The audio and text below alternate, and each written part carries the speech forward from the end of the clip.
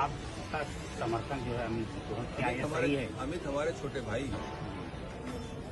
वो समर्थन है? अरे छोटे भाई हैं, इसके बाद भी आप सवाल कर रहे हैं तो बड़ा इसका मतलब है। पिछले साल की बात है, यानी 2024 को मणिपुर की पुलिस ने 2.5 करोड़ से ज्यादा याबा नाम की टेबलेट बरामद की थी। थाईलैंड बनती है यह याबा टेबलेट, जो मिजोरम, मणिपुर, असम, सिलहट होते हुए बांग्लादेश तक पहुंचाई जाती है। बेतहाशा तेज रफ्तार वाला नशा है इसके अंदर। एक गोली खा ले तो 30 से 40 घंटे तक कोई भी आदमी झूमता ही रहेगा। दिल की रफ्तार बिल्कुल राजधानी एक्सप्रेस की तरीके से हो जाती है। उसका नशा कम होने पर नशेड़ी को हल्के नशे की जरूरत होती है, क्योंकि वो बुरी तरीके से टूट चुका होता है। बांग्लादेश में चूंकि नशाबंदी है, इसलिए वहां के युवा दवा नाम के तौर पर कोडीन और फेंसेंडीन नाम की सिरप को गटक लेते हैं। इसमें बड़ा धीमा नशा होता है। बांग्लादेशी नशेड़ी लोग तो याबा और फेंसेडिल को मिलाकर उसका कॉकटेल बना लेते हैं। ढाका, चटगांव, कॉक्स बाजार में सबसे ज्यादा खपत होती है इन दोनों की, याबा की भी और फेंसेडिल कोडोनी की। गरीब रोहिंग्या लोगों के कैंपों में भी बड़ी संख्या में इनकी खपत होती है। लेकिन पहले याबा से दिल की धड़कन से तूफानी तेज रफ्तार और फिर फेंसेडिल से रफ्तार पर अचानक ब्रेक लगाने की आदत बिल्कुल मौत लेके आती है। आज हिंदुस्तान के उत्तर पूर्व और बांग्लादेश के युवाओं के बीच सबसे घातक कॉम्बिनेशन यही बन गया है, याबा और कोडेन और फेंसेडिन। लेकिन अब जरा दिल थाम कर सुन लीजिए। खबर है कि इस मौत के सबसे डरावने धंधेबाज यूपी के हैं। पूर्वांचल के बाहुबली नेता, व्यवसायी, पुलिस, दवा नियंत्रक विभाग के साथ ही साथ प्रशासन के आला अफसर भी अपना हिस्सा इसमें नोचते रहते हैं। बिहार में गरीबी बहुत ज्यादा है, तो वहां ऐसे नशे की डिमांड सबसे ज्यादा है जो लंबे समय तक चले, सुस्ती दे, आंखें भारी कर दे, लेकिन हेरोइन और ब्राउन जैसा झटका उनको न दे पाए और न ही इंजेक्शन से नसें उनकी फूल सकें। बस एक बोतल कफ सिरप, फेंसेडिल, कोरेक्स, रेक्सोडेक्स बिल्कुल गटक लेते हैं और दुनिया धीरे धीरे उनका रंग बदल देती है। न नशाबंदी से दारू का डर है उनको, न महंगे नशे का कोई झंझट। नशे के सौदागरों ने बिहार से लेकर बांग्लादेश तक कितने युवाओं को मौत के घाट उतार दिया है, इसका कोई हिसाब नहीं है सरकार के पास। सन 2011 में अकेले बिहार में 1 करोड़ बोतलें गिरी थी इस दवाओं के लिए। तब इस सरकार को पता तक ही नहीं था, लेकिन 2016 में केंद्र सरकार ने 234 कोडीन युक्त दवाओं पर प्रतिबंध लगा दिया। मगर प्रतिबंध केवल कागज पर ही रहा। बोतलें रुकने के बजाय बांग्लादेश की ओर तेजी से दौड़ने लगी, क्योंकि वहां नशाबंदी है, शराब पर सख्ती है और नशे की भूख बेहिसाब है, बाकी है। कोडीन की बोतल जो भारत में 70 से 80 रुपए के बीच मिल जाती है, ढाका पहुंचते पहुंचते 700 रुपए तक पहुंच जाती है। यानी मुनाफा बेशुमार है। मस्त नशा ऐसा कि हफ्ते महीनों में ही युवा को लती बना देती है। और आपको बता दें बड़ा डरावना सच कि 100 में से करीब 2% लोग साल भर के भीतर मौत के आगोश में चले जाते हैं। और फिर समझने की कोशिश कीजिए कि ये दवा कैसे कैसे चलती हैं। फर्जी ई वे वाले बिल बनते हैं, फर्जी फर्में खुलती हैं, ट्रक बिना चेकिंग के बॉर्डर के पार चले जाते हैं। तो सिर्फ स्मगलर नहीं, सिस्टम भी उनके साथ साथ चलता रहता है। यानी पुलिस भी रहती है, दवा के कंट्रोलर भी रहते हैं, पुलिस भी रहती है, प्रशासन भी रहती है। गुंडे, अपराधी और बाहुबली तो उनके साथ ही हैं। पश्चिम बंगाल का बॉर्डर बिल्कुल छलनी है। बांग्लादेश 2013 से कह रहा है कि फेंसेडिल को रोक दो, मगर हमने 2016 में प्रतिबंध लगाकर अपनी पीठ थपथपा दी और अपनी आंख मूंद ली, लेकिन सप्लाई कम नहीं हुई।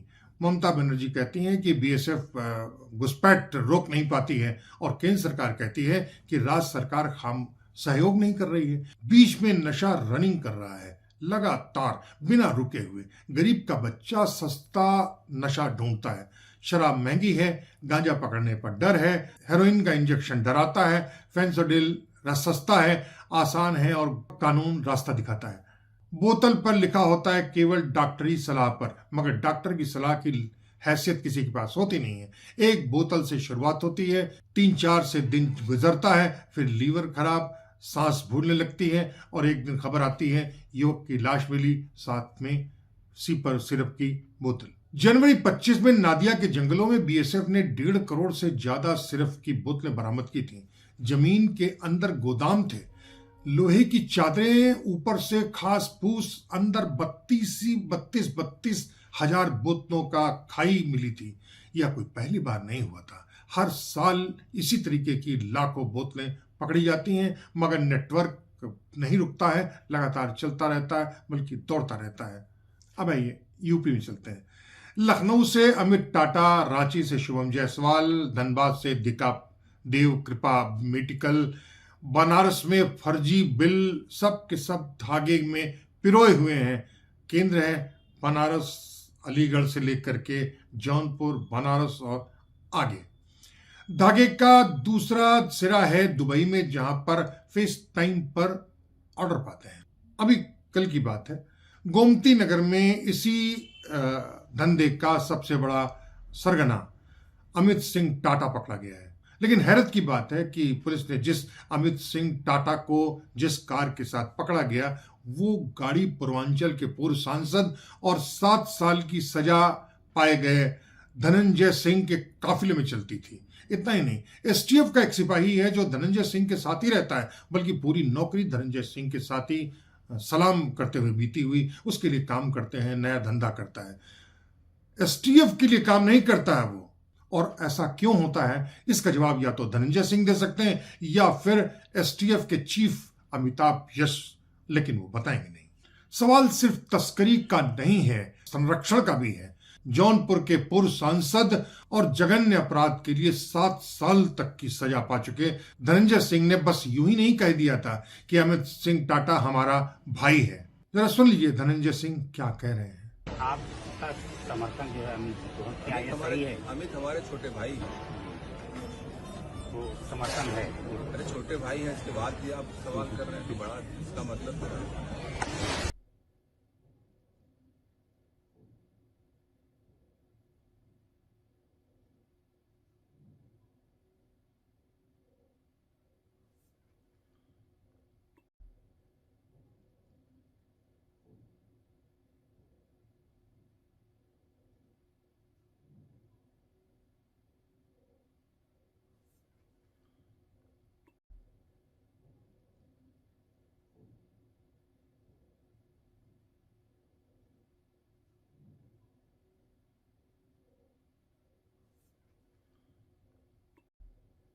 अब जवाब तो धनंजय दें कि क्या उन्होंने इस अपने भाई के धंधे की कोई भी जरूरी जानकारी है या नहीं। इस धंधे में सफेद पोशों की संलिप्तता ने पूरे मामले को बहुत गंभीर बना दिया है।